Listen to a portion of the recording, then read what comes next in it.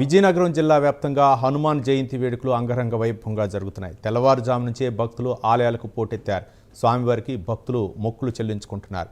హనుమాన్ జయంతి సందర్భంగా మరింత సమాచారం మా ప్రతినిధి నాగేంద్ర ప్రసాద్ అందిస్తారు. విజయనగరం జిల్లా వ్యాప్తంగా హనుమత్ జయంతి వేడుకలు ఘనంగా జరుగుతున్నాయి. విజయనగరం పట్టణంలోని చిన్న ఆంజనేయ స్వామి ఆలయం నిర్వహిస్తున్నాం.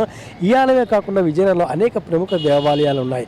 అయ్యకోనేరు సమీపంలో అయ్యకోన ఆడుకున్నటువంటి చిన్న ఆంజనేయ స్వామి కోవిల్ దగ్గర మనం ఉన్నాం. ఇక్కడ ఈ ఆలయానికి అనేక చరిత్ర కూడా ఒక ప్రసిద్ధమైన చారిత్రక ప్రదేశంగా కూడా ఈ ఆలయాన్ని చెప్తారు. ఎందుకంటే 1935లో స్థాపించబడినటువంటి ఈ భారతీయ భక్త మండలి ఆధ్వర్యంలో ఈ ఆలయం నిర్వహించబడుతోంది. ఇక్కడే ప్రముఖ గాయకులు మధుర గాయకులు ఘంటసాల గారు కూడా తన సంగీత సాధన చేసేవారు పెద్దలు చెప్తుంటారు. ఇలా అయ్యకోనేరుకి ఆవులపై పెద్ద ఆంజనేయ స్వామి కోవిల్ ఉంది. మొత్తం మీద హనుమత్ జయంతి అంటే ఇప్పుడు విజయనగరంలో మొట్టమొదటిగా గుర్తొచ్చేది ఈ చిన్న ఆంజనేయ స్వామి కోవిల్ అని చెప్పొచ్చు.